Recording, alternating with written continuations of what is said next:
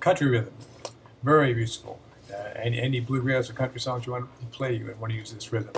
We're going to look at this in the key of A, using the 1 chord, the 4 chord, and the 5 chord from the key of A. A being the 1, D being the 4, D7 being the 5. To play this rhythm, you play, on the count of 1, you play the root note of the chord, meaning in the case of A, the root note of the A chord is A. And in this case, it's the open A string. The root note of the D chord is going to be the D string, and the root note of the E chord is going to be the E string. So to execute this rhythm, you start by the count of 1, you play the root of the chord, and it's a good idea to let your pick land on the next string for now, so your pick doesn't fly away in between strums. You play the root on the count of 1, play the remaining notes of the chord on the count of 2, play an adjacent bass note on the count of 3, and follow through with the strum on the count of 4.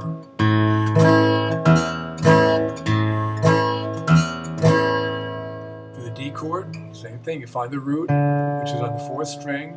On the count of 1, you play the root. Count of 2, you follow through. Count of 3, you play an adjacent bass note. On the count of 4, you follow through. E chord, you find the root, which is the E string. The root on the count of 1, strum on the count of 2, adjacent bass note. In this case, it's going to be the 5th string, and count of 4 follow through. Now, when I say the adjacent bass note on the A, for instance, you can play on the count of 1, you can play the A, on the count of 2, play the strum, count of 3, the 6th string, but you can also play the 4th string.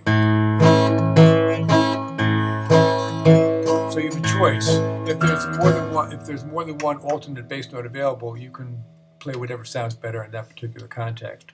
So to play this rhythm through this the sequence of chords, it's a typical country bluegrass chord progression. It'll sound like this: 1, 2, 3, 4, 1, 2.